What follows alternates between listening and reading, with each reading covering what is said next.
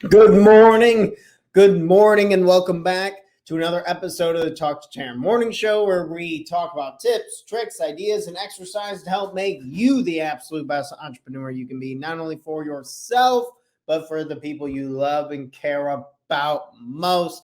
You become better for not only you, but the people you love and care about most. You gotta be a little uncomfortable and take that leap of faith. You're in control of the process. I'm here with you. If we don't continue to grow, if we don't continue to move on, we will be sad and upset.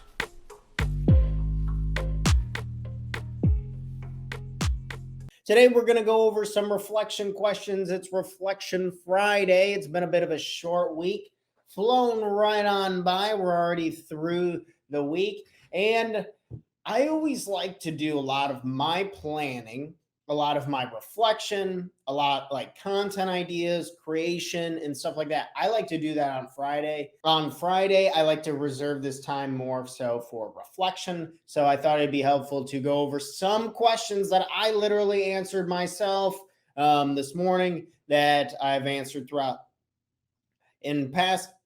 I have so many exercises with just reflection questions. If you ever need some reflection questions, you make sure to come and talk to Tanner, because we got tons of fun exercises that are very helpful for us better to understand where we're at, what we're doing. And we all know that reflection is important. The question is whether we take the time to reflect on what has gone on over the week. So without further ado, I kind of got a lot of these suckers today. There's 10 of them, and there's also a bonus. So make sure to stick around for the bonus question at the end. But here are some questions that I have been really liking, and I'm going to take these suckers one at a time. Question number 1. So these were 10. Again, this is 10 reflection questions for yourself. Write them down. If you're watching on video, make sure you can always pause, or you can look in the description for this video, and all the questions will be there. Take them, share them with your friends, share them with your family, write them down for yourself, whatever you want to do, doesn't matter to me. Whatever, as long as you're getting better, I'm feeling better too about it. So let's get to work right away. First question on Reflection Friday. We have, what are my top 3 goals for the upcoming week? And how can I break them down into actionable steps? So reflection, planning, moving forward. I like to plan my week ahead on Friday. I like to reflect on kind of what's going on. And you can kind of think of what were some of the things that I took action on this week, and what were my 3 goals. So my 3 goals were to find someone new to work on my website. I had someone else who was working on them, and they had some health complications and couldn't no longer do it and stuff like that. And they refunded my money, so it was fine, but just it had been like over a month into the project, and I was like, dang it. I got to find somebody else, yada, yada. Either way, found somebody else to work on that. I needed parts of my course, graphic design, was able to find somebody for that. And also one of my other goals was to take photos inside and fix a few things I had on the list. Like I replaced some parts for a shower, parts for a toilet, and just took inside photos at some of our rental properties that I've been showing to other investors. So these were my 3 goals for the week, and I actually got them all done, and I feel really good about them. So asking yourself, what are my next 3 goals, my big 3 goals for the coming week? Maybe write them down. And then below each one, so you write out the 3 goals, and then you have a tab or an asterisk going underneath, just writing out some actionable steps on when you're going to take place. On to question number 2. What did I accomplish in the past week that I am proud of? What did I accomplish in the last week that I am proud of, and how can I build upon that success? So one of the things that I am proud of is that I wrote a poem for my beautiful, amazing girlfriend. And I am proud of the fact that we continue to have a stronger relationship together. We continue to go do a bunch of fun stuff. She's off for the summer. She's a school teacher, off for the summer, and I'm able to hang out with her more. My work is really, really, really flexible. I have sessions at very particular parts of the day, mostly in the mornings. And then a lot of the rest of the day is very freelance based, or I'm helping over at my family's house. So I'm proud of accomplishing that. I'm strengthening this relationship, and something that to build upon that success is to continue to plan effectively. We have some big trips coming up, and I think we could build upon that. She wants to sit down and make sure that we know who we're like. We're going to Bonnaroo, if you've ever heard of that. That's in Tennessee in a couple weeks, and trying to figure out like who we want to go see, like what do we want to eat, and just some of the finer details of the trip to wrap up. And I think she would greatly appreciate us just taking the time to do that. So what do we sit down and do? We just take the time and make sure we do that. So I think that could build off of what I've already accomplished and what I'm proud of. I think it's so easy to forget the things that we're proud of, or forget the things that we're accomplishing throughout the week, because we're just caught up in the chaos of, I need to do this next. I need to do this. I need to do that. And then it builds up into the point to where we're never living in the present moment. We're always living in the future. We're always worrying about stuff. We're always regretting stuff from the past. And that's pretty painful. That's a little too heavy for it's a little too heavy for me. I don't think we're alive long enough to worry about that stuff all the time, right? So taking the time to reflect, answer this question, what's something that you're proud of that you did in the last week? Question number 3. What challenges did I face in the past week, and what lessons can I learn from them? What challenges did I face in the past week, and what lessons did I learn from them? I think one of the bigger ones for me is that people are going to not be able to do things perfectly to your standards, to what you want, especially when you start delegating stuff out. So getting to the point, there's certain activities such as web design, there's property management stuff. There's certain things that for us to continue to grow, I'm going to need to start really delegating this out. And I'm starting to delegate it out, but also understanding that not everyone is going to fully understand the job right at first, or things will change, whether it's somebody's health or the frequency of their availability. Things change over time. Changes are only constant, as we've talked about on the show. So one of the challenges I faced is that there was tasks that I needed to get done, and I thought I assigned somebody to do it, and they didn't end up doing it. So I had to find somebody else to go do it.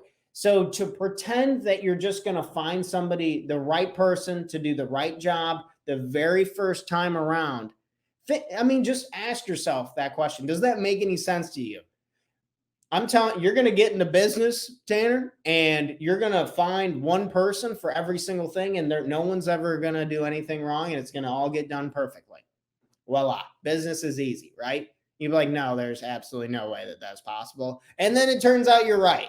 That's not how it works. And I've had to shuffle around and get some different people. So that's a particular challenge I've been facing, is trying to find the different pieces of the puzzle to help get certain projects done and move them along. So maybe ask yourself, what is a challenge that you face this week? Maybe it's working with a family member. Maybe it's trying to figure out logistically stuff that you have to do for traveling for work. Maybe it's challenges that you face. Maybe it's an injury or an illness or something like that, and you're trying to recover your body. What is a challenge that you faced this week, and what are some lessons that you can learn from them? Question number 4. How well did I manage my time and priorities last week, and what adjustments can I make to improve in the coming week? How well did I manage my time and priorities last week?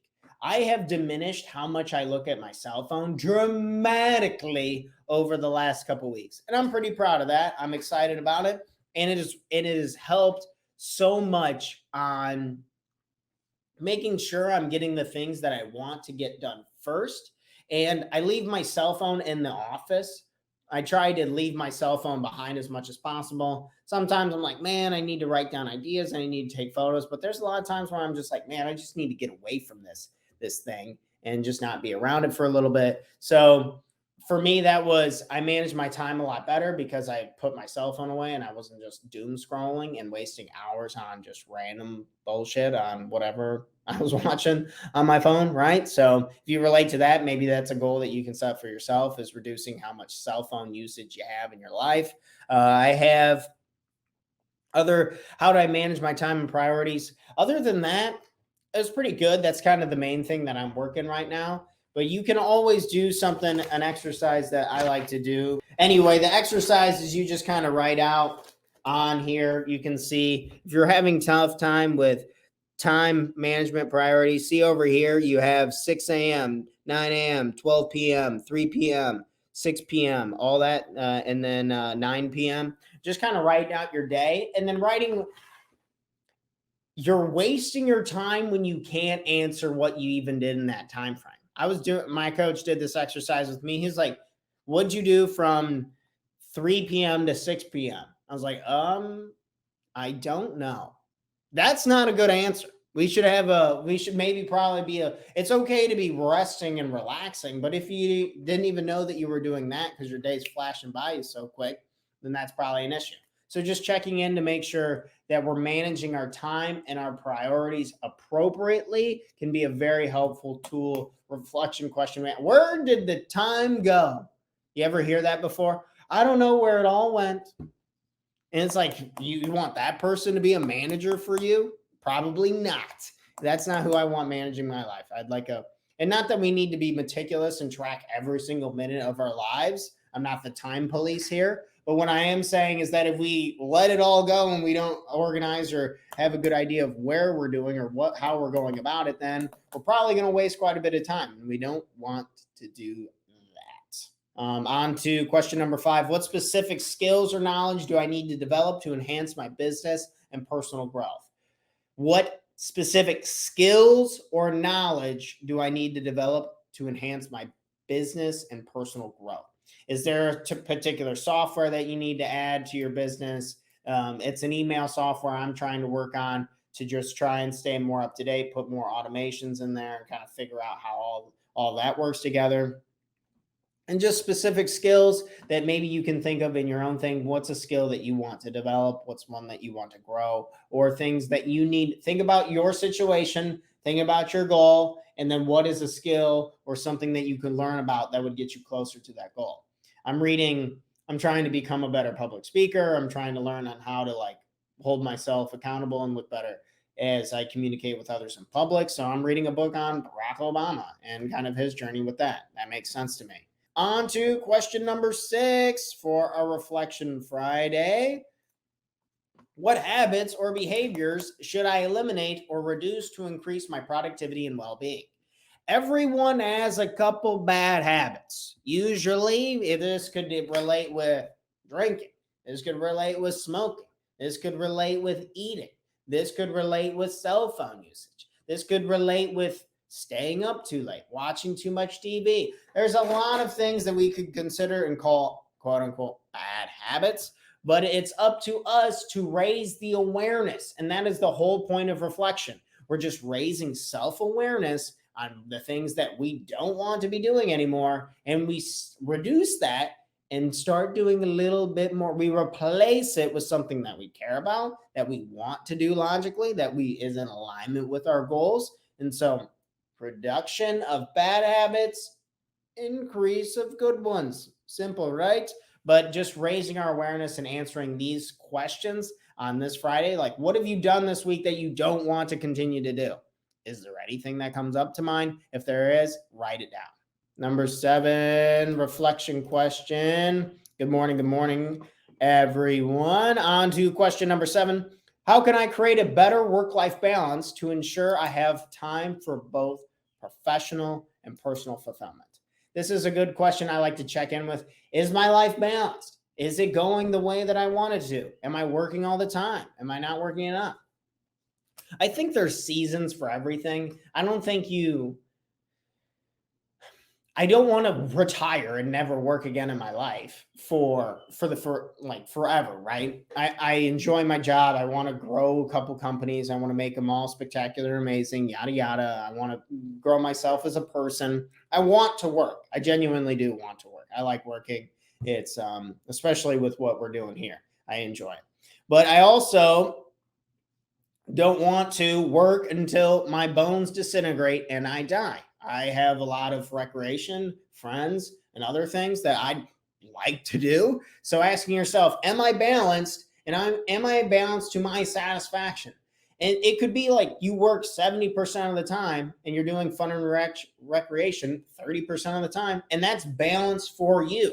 So where your meter is at on the teetering scale of work-life balance, right? That cliche. Then you can just, where am I at? What do I desire? Do I want a little more work?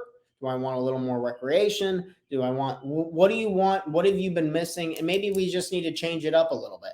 Maybe we need to reward ourselves. Think of, I'm really proud of this. I'm really proud of that. And I'm going to go hang out with some friends for a little bit, but not till 4 a.m. And I'm not just going to get blackout drunk. I'm going to, after a few hours, I'm going to call it and I'm going to go to bed at a good time. And I'm going to get up and I'm work on my company again tomorrow in the morning. On to number 8. How can I cultivate a positive mindset and overcome any limiting beliefs that may be holding me back? How can I cultivate a positive mindset and overcome any limiting beliefs that may be holding me back? If you are not doing, if it's been 12 weeks and you've thought about doing this writing project, you've thought about starting this company, you've thought about getting back into the gym and lifting weights, you've thought about eating healthier meals, you've thought about cooking yourself healthier meals, and you continue to not do it, there's chances are there's something within our mindset, within our limiting beliefs that we developed as a child. We talked about on here on the show, The Little Prince. There's a little version of us that we build as children to help protect us and help us survive situations. But those beliefs don't longer serve us. Those beliefs do not serve us any longer. They're killing us. They're not helping us survive, which is the wild thing that the little prince inside of all of us doesn't understand. That I used to use food.